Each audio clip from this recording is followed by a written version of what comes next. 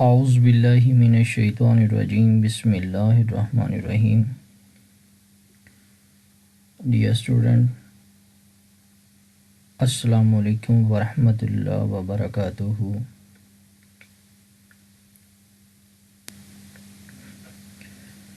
Today we will discuss doping and purification of silicon of course Inorganic Material Chemistry, course code CAM 3115, and this is our last chapter, designing and characterization. Doping and purification of silicon. The key concept of this topic are silicon properties, fluorowim, why doping needed, p-type doping and n-type doping, electronic band structure in doped semiconductors, p-n junction, and different methods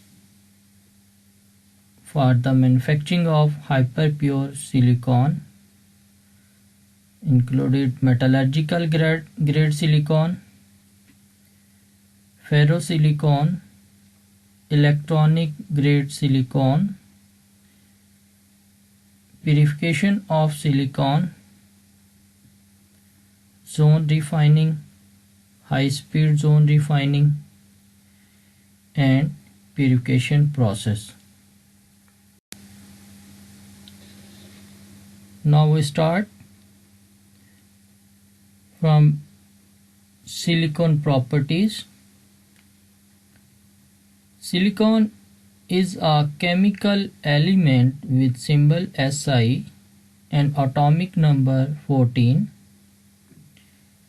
a hard and brittle crystalline solid with a blue-gray metallic luster. It is a tetravalent metalloid. It is a member of group 14 in the periodic table along with carbon above it and germanium, tin, lead, and fluorowim below. It is not very reactive, although more reactive than germanium, and has great chemical affinity for oxygen. It was first purified and characterized in 1823 by Johannes Jacob Berzelius. Silicon is the 8th most common element in the universe by mass, but very rarely occur as the pure element in the earth crust. And now, what is metalloid and fluorowim? Metalloid, a chemical element with properties intermediate between those of typical metals and non-metal. And what is fluorowim? It is a super heavy artificial chemical element with symbol Fl and atomic number 114. It is an extremely radioactive synthetic element. The element is named after the Flerov Laboratory of Nuclear Reactions of the Joint Institute for Nuclear Research in Dubna, Russia, where the element was discovered in 1998. What is doping? The process of adding substances to a pure semiconductor for the purposes of modeling its electrical properties is known as doping. It is a process of adding some impurity atoms in the semiconductor. Doping means the introduction of impurities into a semiconductor crystal to the defined modification of conductivity. Doping means the introduction of impurities into a crystal. Example, silicon can be doped with boron and phosphorus. Boron is trivalent, means 3 valence electron, and it forms p-type of semiconductor. Phosphorus is pentavalent, mean 5 valence electron, and it forms n-type of semiconductor. These impurity atoms are known as dopants. After addition of these dopants, some of the properties of the conductor can be changed according to our need.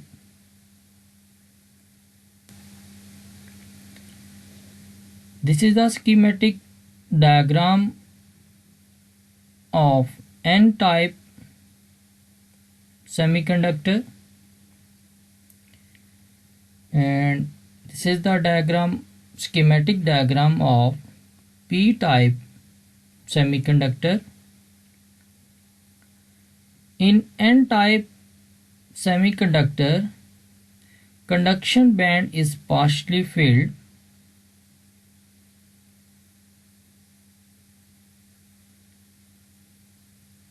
And we dope with phosphorus. And in p-type, conduction band unfilled, and we dope silicon with aluminium.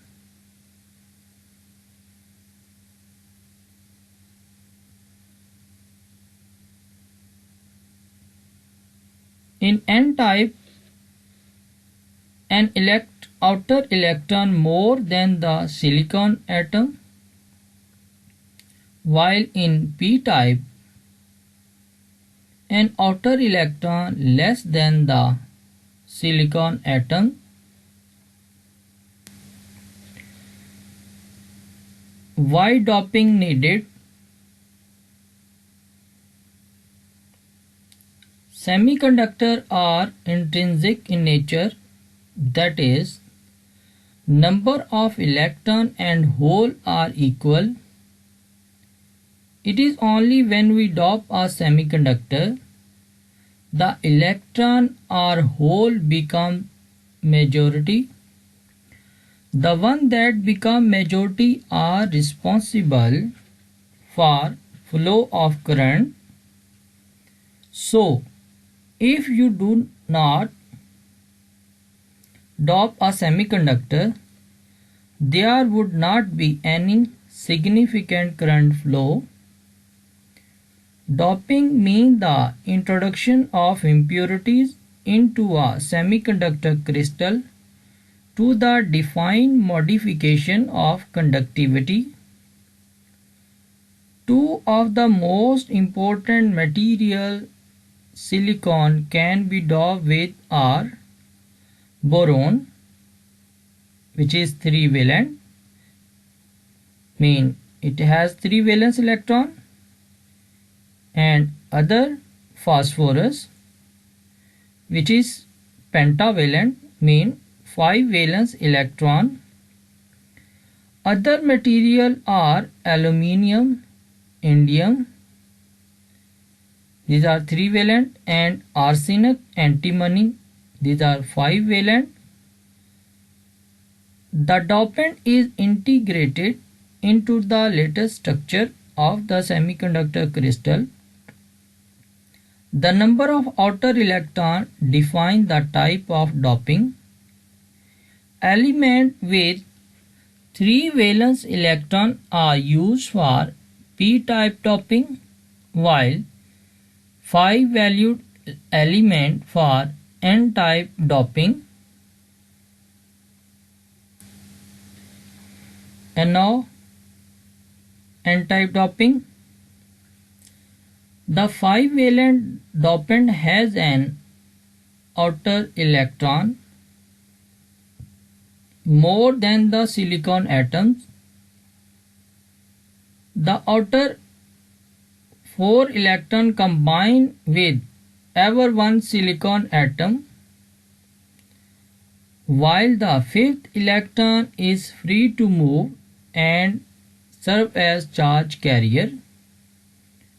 This free electron requires much less energy to be lifted from the valence band into the conduction band than the electron which cause the intrinsic conductivity of silicon. The dopant which emits an electron is known as an electron donor. The dopants are positively charged by the loss of negative charge carriers and are built into the lattice. Only the negative electron can move. Doped semi-metal whose conductivity is based on free electron are n-type are n-doped.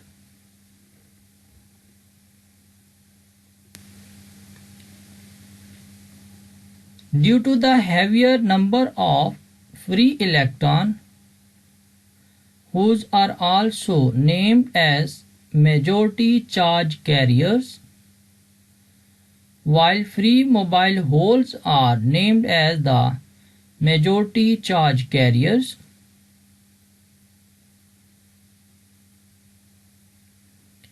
Arsenic is used as an alternative to phosphorus because its diffusion coefficient is lower. This means that the dopant diffusion during subsequent processes is less than that of phosphorus, and thus the arsenic remains at the position where it was introduced into the lattice originally. And what is diffusion coefficient? The quantity of a substance that in diffusing from one region to another passes through each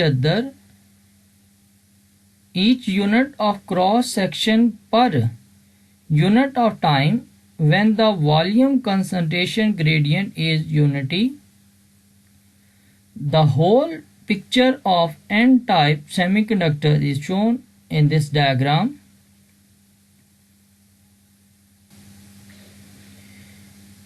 And now p-type doping. In contrast to the free electron, due to doping with phosphorus, the 3-valent dopant effect is exactly the opposite. The 3-valent dopant can catch an additional outer electron, thus leaving a hole in the valence band of silicon atoms. Therefore, the electron in the valence band become mobile. The holes move in the opposite direction to the movement of the electron. The necessary energy to lift an electron into the energy level of indium as the dopant is only 1% of the energy which is needed to rise a valence electron of silicon into the conduction band. With the inclusion of an electron, the dopant is negatively charged. Such dopant are called acceptor. Again, the dopant is fixed in the crystal lattice. Only the positive charge can move. Due to positive hole, these semiconductors are called p-conductive or p-doped. Analog to n-doped semiconductor, the holes are the majority charge carriers. Free electrons are the minority charge carriers.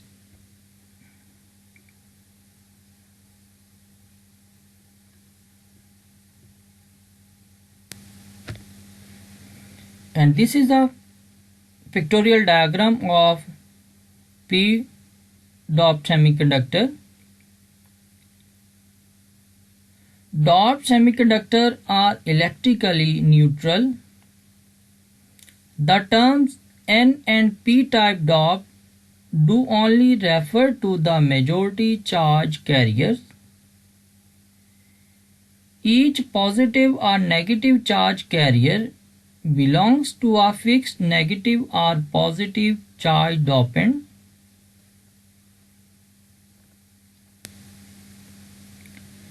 And now electronic band structure in doped semiconductor.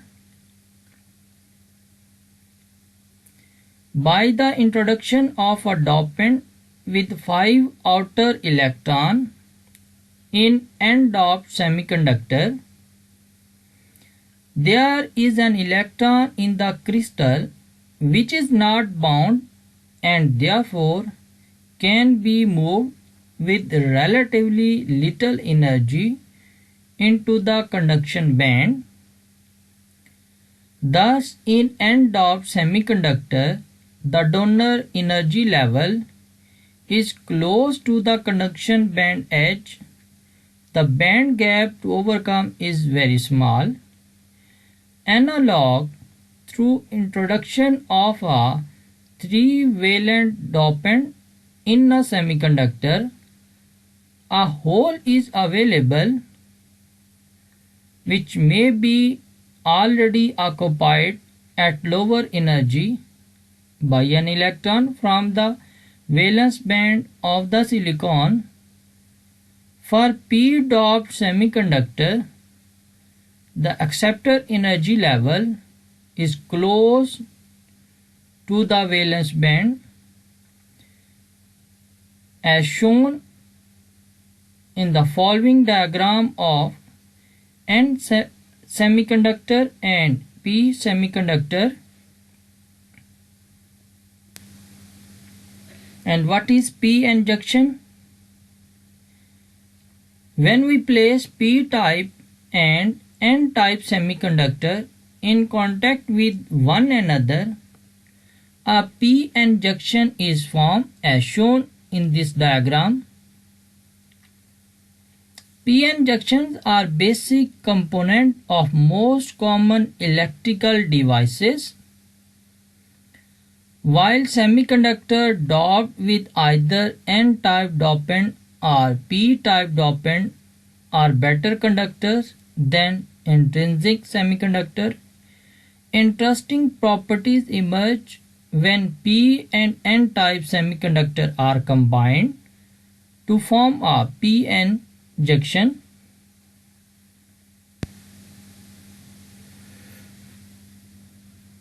Manufacturing of hyperpure silicon. The manufacturing of the hyperpure silicon for photovoltaic occurs in 2 stages.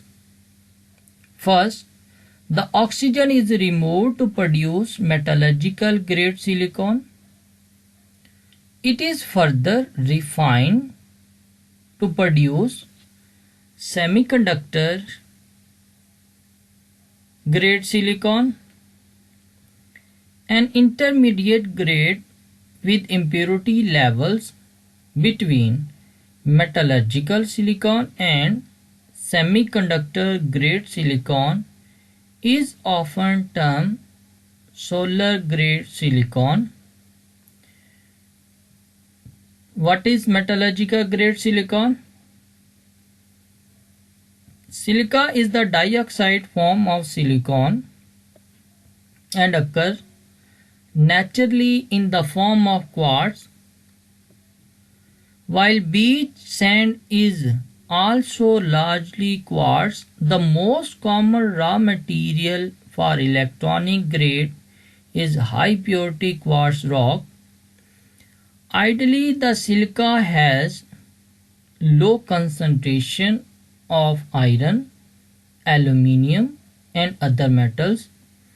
The silica is reduced, mean we remove oxygen through our reaction with carbon in the form of coal, charcoal and heating to 1500 to 2000 degree in an electrode arc furnace. Silicon dioxide react with carbon and we get silicon as shown in this equation. The resulting silicon is metallurgical grade silicon. It is 98% pure and is used extensively in the metallurgical industry. The transition metal in the silicon result in deep level in the band gap and the high recombination activity make metallurgical grade silicon unsuitable for use in electronics. In addition, boron and phosphorus dopant impurities are much too high in concentration, mean greater than 50 to 100 ppm to allow suitable compensation procedures.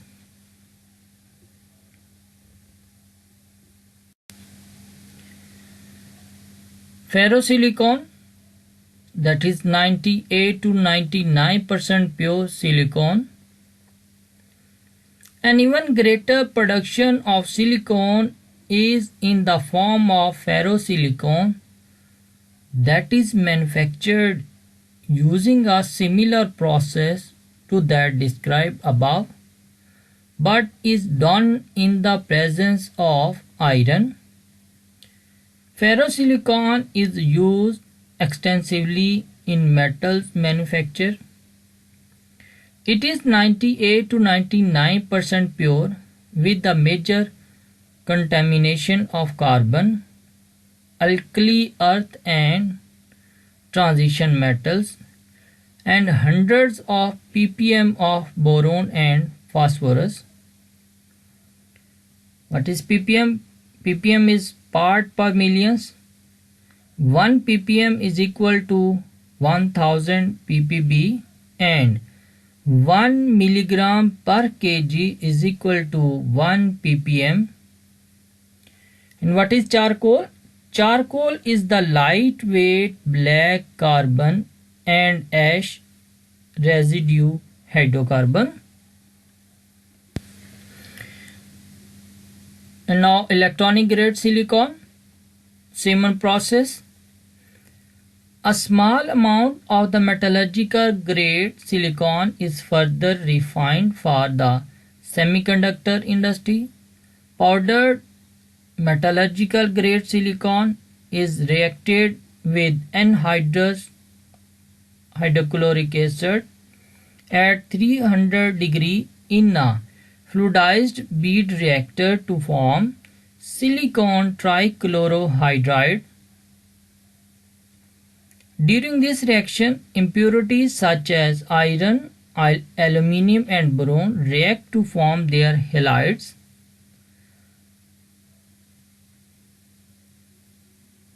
The silicon trichlorohydride has a low boiling point of 31.8 degree and distillation is used to purify the silicon trichlorohydride from the impurity halides.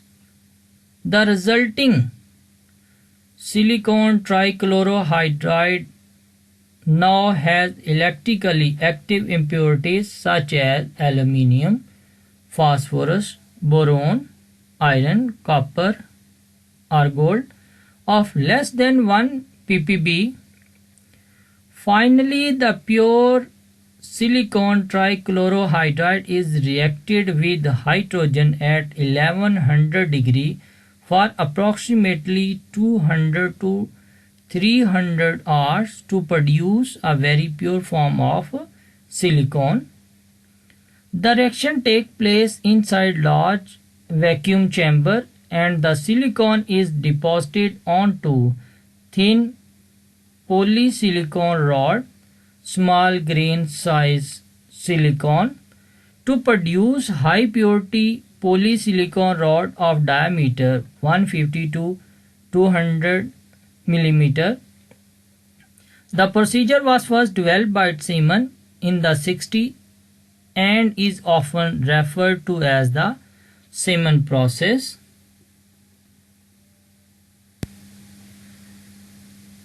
Now we will discuss purification of silicons. Silicon is always found contaminated or in impure form for different purposes such as its use in industry as silicon chips or in doping process. Silicon should be purified to pure form. Silicon is purified by the following processes. First, zone refining, which is also known as zone melting, floating zone process or traveling melting zone. A purification technique for crystalline substances in which a heating system passes slowly over a bar of the material to be refined, creating a molten region that carries impurities with it across the bar. A technique for the purification of a crystalline material and especially a metal in which a molten region travels through the material to be refined, pick up impurities at its advancing edge and then allows the purified part to recrystallize at its opposite edge. This method is particularly used when metals are required in high degree of purity. It is based on the principle that when an impure metal in a molten state is allowed to cool, only the metal crystallizes while the impurities remain present in the molten state or melt. Zone refining is a process in which organic and inorganic compounds are purified. Like distillation and gas and liquid chromatography, zone refining is dependent on the distribution of material between two phases. However, the distribution in zone refining is between the solid and liquid phases, while the distribution in distillation and gas chromatography is between the liquid and vapor phases. When a homogeneous liquid mixture is cooled, the composition of the solid that crystallizes out is usually different from that of the liquid. The purification of substance by zone refining relies on this difference. Zone refining was developed in 1952 by William J. Fenn at the Metallurgical Research Department of Bell Telephone Laboratories to purify material used in the semiconductor industry. Fenn found that by passing a molten zone down a rod of silicon or germanium. He could cause the impurities to remove in the direction of the molten zone. Repeating this process multiple times reduce the impurities in the main part of the rod to a few parts per billion and then concentrated them at the end of the rod as shown in this diagram. High speed zone refining. While used successfully to purify organic chemical, zone refining is time consuming. Purification takes days. The mini zone high speed zone refiner from Design Scientific reduces that time to hours. It concentrates the impurities in a sample or purifies chemical with purity of 99.999% or higher. The compact instrument can purify 1 to 20 grams of sample at a time.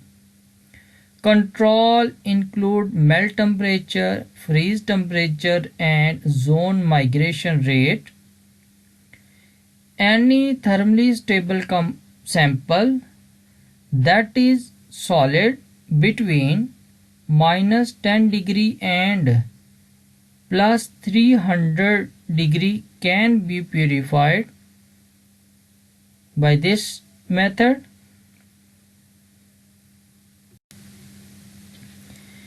Purification process. In zone refining, a short melt zone travels slowly through an elongated sample of a crystalline material.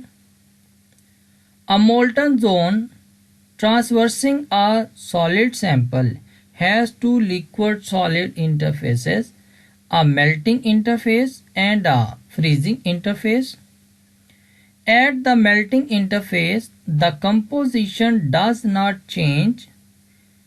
At the freezing interface, the impurities favor the liquid phase because the crystal structure tend to exclude molecules that do not fit into the crystal lattice. And this is the diagram of purification process. Passing the molten zone through the sample many times concentrate the impurities at one end, leaving the opposite end highly purified. The impure metal converted into a rod which is heated at one end with the circular heater. A narrow zone of metal is melted. The heater is slowly moved along the rod. The pure metal recrystallizes out of melt while the impurities remain in the melt, which moves along with the melted zone of the rod with the movement of heater. The process is repeated several times. The end of rod where impurities have collected is cut off. The method is employed for the purification of germanium, silicon, gallium, etc., which are used in semiconductor.